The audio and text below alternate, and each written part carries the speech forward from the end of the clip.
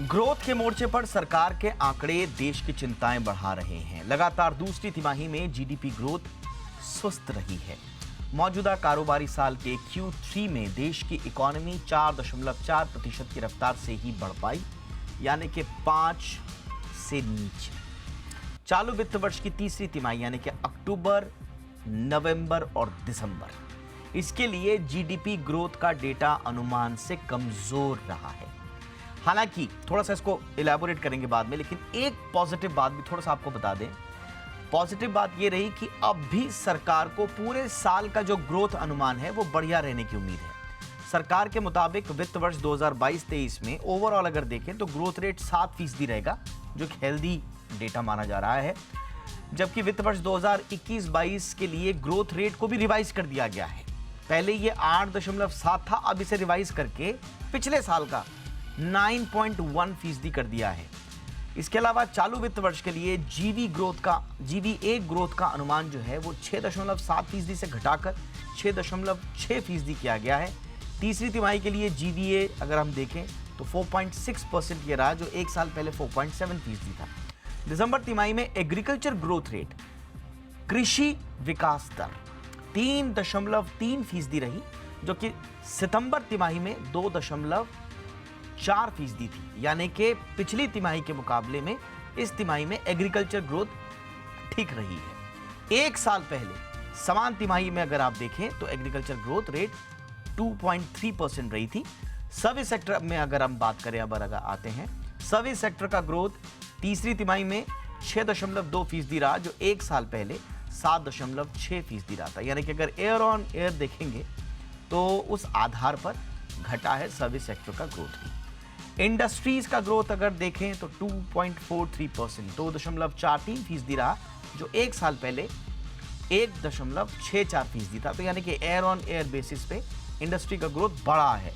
कुल मिलाकर देखा जाए तो आज के जो आंकड़े हैं उसके पीछे की कहानी अगर आपको बताएं कि क्यों ग्रोथ घटी है, तो उसके पीछे 3 फैक्टर्स हैं जिन्होंने कहानी लिखी है। पहला, प्राइवेट कंजम्पशन, यानी कि लोगों ने खर्च में कटौती की। अब उसके कारण हम आगे इसकी पड़ताल करेंगे, क्यों खर्च में कटौती की, महंगाई बढ़ गई, लोन वगैरह जो है वो महंगा हो गया, क्या ये कारण है या दूसरे कारण है। दूसरा, आम आदमी ने तो खर्च में कटौती की, सरकार ने भी, जो गवर्नमेंट कंजम्पशन है वो भी, सरकार एक्सपेंडिचर जो है सरकार का, सरकार ने भी खर्च में ज्यादा उत्साह नहीं दिखाया। तो ये था दूसरा फैक्टर जिसकी वजह से ये ग्रोथ रेट हमें कम देखने को मिली है।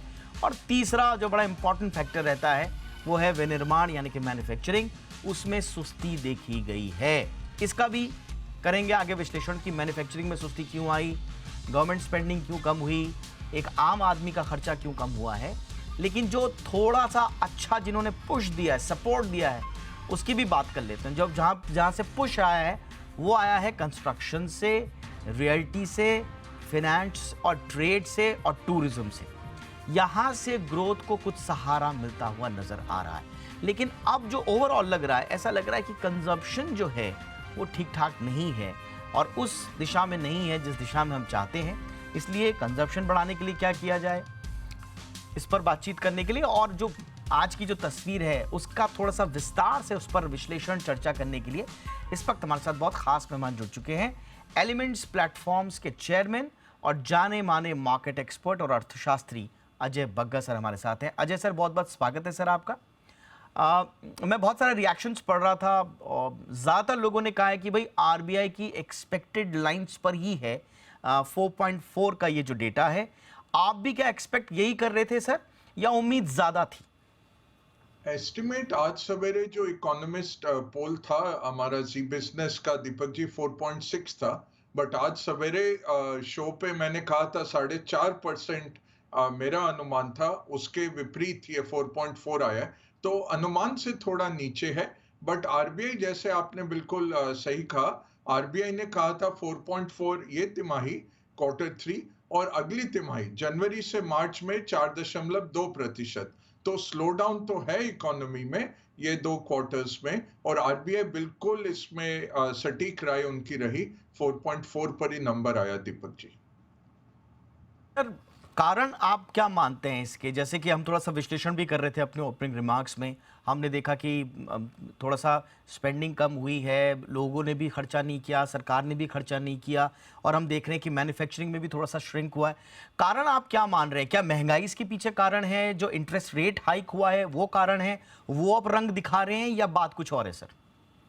ये सारे मिले जुले कारण हैं जो आपने मेंशन किए। ग्लोबल फाइनेंशियल कंडीशंस टाइटन हुए हैं। 2022 में अगर आप देखें कैलेंडर ईयर में 282 282 interest rate hike central banks ने किए थे दुनिया भर में, इंक्लूडिंग फेड हो, ईसीबी हो और हमारा आरबीआई भी हो। आरबीआई ने लगभग 2.5% इंटरेस्ट रेट बढ़ाए।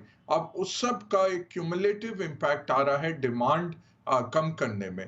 तो एक तो ग्लोबल फाइनेंशियल कंडीशंस टाइटन हुए, स्ट्रॉन्गर डॉलर हुआ, जिससे इम्पैक्ट आता है एक इन्फ्लेशन का भी। कॉस्ट पुश इन्फ्लेशन आती है, तेल की कीमतें बढ़ती हैं जब, तो उसका इम्पैक्ट हमने देखा। और फिर डोमेस्टिक कारण देखें तो दो बहुत बड़े स्तंभ निकल के आए। प्राइवेट कंजम्पशन एक्सपेंडिचर वो धीमे हुआ है, और स्पेशली रूरल कंजम्पशन जो है वो कोविड के साल के बाद इतनी तेजी से नहीं लौट रहा। हमने देखा टू व्हीलर की खपत हो या ड्यूरेबल्स की खपत हो, यहाँ तक एफएमसीजी की सेल्स, सब कुछ स्लगिश रहे। और उसमें क्या है कि अर्बन कंजम्पशन जरूर लौटा है, बट रूरल कंजम्पशन अभी भी नहीं लौटा। और रूरल एक बहुत बड़ा तबका है भारत के लिए। 58% हमारा जीडीपी कंजम्पशन के बेस पर है। दूसरा स्तंभ था सरकारी खर्चा, जिसमें एक कटौती सी की गई, रोक लगाई गई फिस्कल डेफिसिट के अंदर आने के लिए, क्योंकि सब्सिडीज इस साल बहुत बढ़ गए। फर्टिलाइजर हो, फूड हो, इवन तेल की सब्सिडीज, केरोसिन की, कुकिंग गैस की, ये सब बहुत बढ़ के आई। और साथ में जो कृषि कल्याण योजनाएं थी और सीधा पैसा और फूड ग्रेन्स जो दिए गए गरीबों को गरीब कल्याण योजनाओं के तहत, उस सब के कारण सरकार का फिस्कल स्पेस कम था। और तीसरी बात यह मैन्युफैक्चरिंग में स्लगिशनेस है, वो आपका ज्यादातर ऑटो के कारण है। जो ऑटो की बिक्री नहीं हो पा रही, उसका एक बहुत बड़ा योगदान है। साथ में ड्यूरेबल्स का योगदान है, और एक्सपोर्ट्स जो स्लगिश हो रहे हैं, जो हमारा मैन्युफैक्चर्ड एक्सपोर्ट्स था वो भी स्लो डाउन है। तो manufacturing, private consumption, government consumption, export, ये चार स्तंभ रहते हैं इकोनॉमी के। ये चारों थोड़े चैलेंज्ड है। सर्विसेज में दीपक जी बहुत तेजी से वृद्धि है। सर्विसेज लौटे हैं, रियल एस्टेट जैसे आपने कहा, फाइनेंस हो, टेलीकॉम हो, और साथ में आपके जो आईटी एक्सपोर्ट्स हैं वो तेजी से बढ़ रहे हैं। सर मेरे पास दो अभी चीज़ें और हैं जिनको मैं आपसे पूछना चाहता हूँ।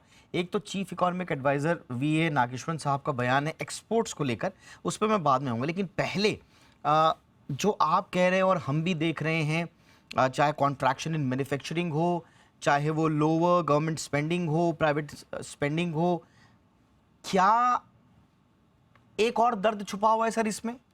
हम इंटरेस्ट रेट क्या करेगी सरकार? मतलब क्या एक और झटका हम इसको माने, उसकी तैयारी कर लेनी चाहिए आम आदमी को, क्योंकि आपको कहीं से तो बैलेंस लाना पड़ेगा।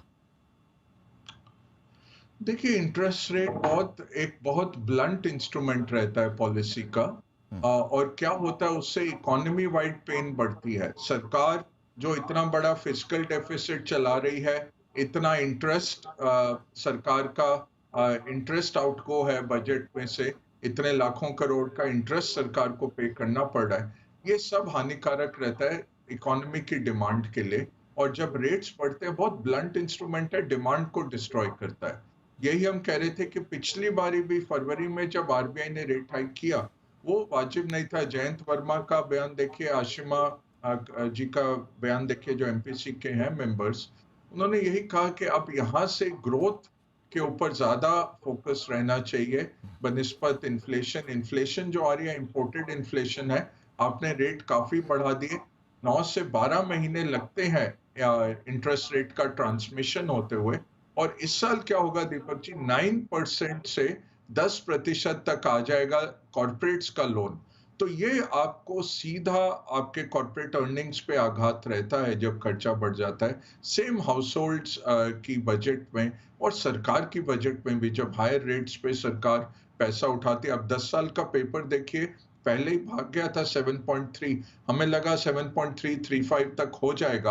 अब जो नए अटकलें हैं, नए एस्टिमेट्स जो आ रहे हैं, वो हैं कि 8% तक 10 साल का पेपर जा सकता है इस साल के अंत तक, और 2 रेट हाइक शायद आरबीआई को करने पड़े विवशतावश, ग्लोबल संकेतों के चलते। चाहे ग्रोथ के कारण हम कहेंगे अब ठहराव आ जाना चाहिए 6.5 पे, लगभग तय है अप्रैल में एक 25 बेसिस पॉइंट का रेट हाइक आएगा, और हो सकता है अगर इन्फ्लेशन और परसिस्टेंट रही तो जून जुलाई में एक और रेट हाइक शायद आरबीआई को विवशतावश करना पड़े। अब देखिए, इसीलिए ना हमने, इसीलिए आज 3:30 बजे ही हमने हमारे मैनेजिंग एडिटर अनिल सर को जब टीज करने के लिए हम शो देते हैं सर, तो हमने इसीलिए आज हमने कहा था शाम को हम बग्गा सर के साथ ये डिस्कस करेंगे कि हमारा फोकस अब कहाँ हो, महंगाई या ग्रोथ, फोकस किस ओर।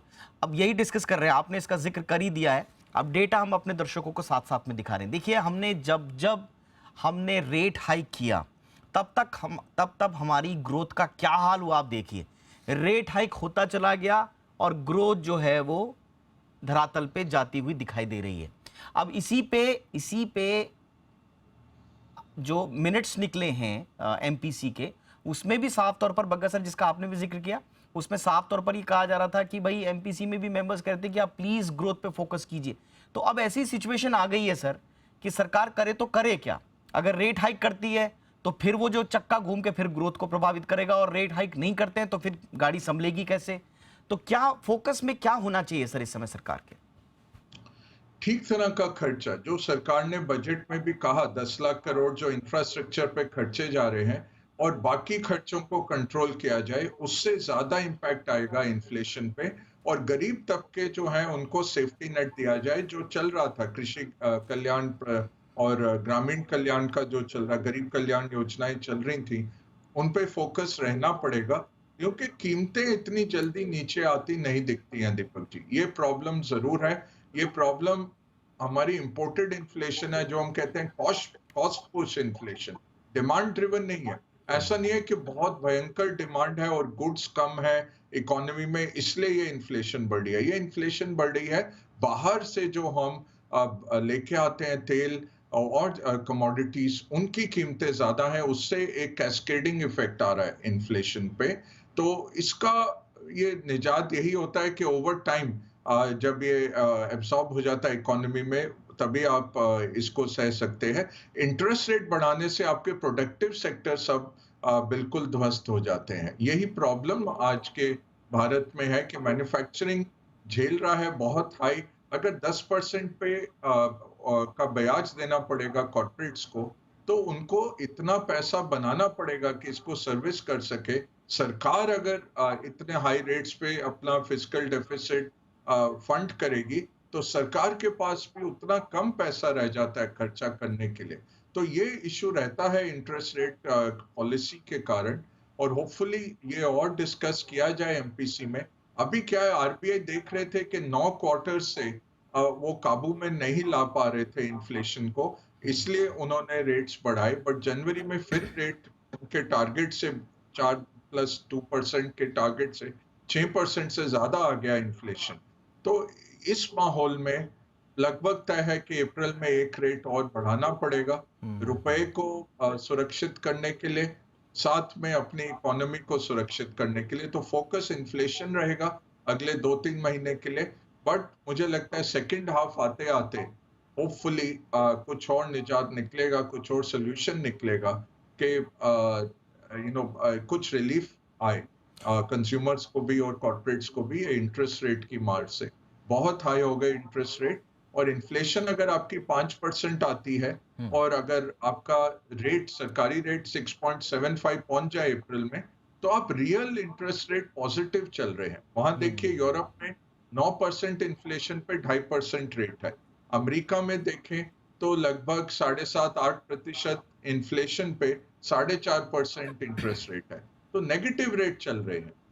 इसमें आप कॉम्पीट कैसे करेंगे अगर आप रियल रेट इतना पॉजिटिव रखेंगे? ये बहुत रिस्ट्रिक्टिव पॉलिसी हो जाती है। तो RBI already withdrawal of accommodation में नहीं है, रिस्ट्रिक्टिव पॉलिसी में है। ये जरूर रिकग्नाइज करना चाहिए। शायद हाथ बंधे हों अप्रैल के लिए, बट उसके बाद कुछ रिलीफ देना चाहिए। और आपने जब एमपीसी के बाद आपकी और हमारी चर्चा हो रही थी तो आपने पिन पॉइंट करके ये बिल्कुल बताया था कि जो एक ओपन करके रखा हुआ है इस सवाल को कि आगे क्या रेट हाइक होंगे या नहीं होंगे। मुझे लगता है बिल्कुल सही आपने कहा था उस वक्त भी, और अब इसी दिशा में जो है वो जाती हुई दिखाई दे रही है, क्योंकि माहौल वैसा बन चुका है आज की जीडीपी डेटा के बाद। लेकिन सर, अगर आप कह रहे हैं जैसा कि सरकार का फोकस अभी भी इन्फ्लेशन ही रहेगा, तो फिर सरकार ये जो कह रही है कि साहब ओवरऑल 7% रहेगा हमारा, वो अचीवेबल लग रहा है सर आपको? देखिए, 7 वर्ल्ड बैंक भी 7 कह रहा है, आईएमएफ 6.8 कह रहा है, आरबीआई 6.9 कर रहा है। मुझे लगता है 6.9 की तरफ आरबीआई ज्यादा एक्यूरेट रहेगा। इस तिमाही में जनवरी से मार्च 4.2 आ जाएगा, 4.2 तो और गिरेगा हमारा ग्रोथ रेट। और फिर अगली तिमाही में अप्रैल से जून जो आरबीआई का नंबर है 7.2 का है, फिर 6 से ज्यादा है, फिर गिरता है। तो अगले साल तो स्लो डाउन है। ये साल तो लगभग निकल गया। अब आरबीआई के पास 10 महीने का डेटा है, फरवरी भी आज आपका अंत हो गया, तो मार्च का ही एक डेटा रह गया। 11 महीने लगभग डेटा हाथ में है सरकार के, तो 7% कह रहे हैं। मुझे लगता है 6.9 आएगा, वो काफी एक्यूरेट ही रहेगा, 6.9 7 के करीब रहेगा। बट दीपक जी, इससे आगे हमें क्या देखना है, आपका जो नॉमिनल ग्रोथ रेट है वो 18% था पिछले साल में।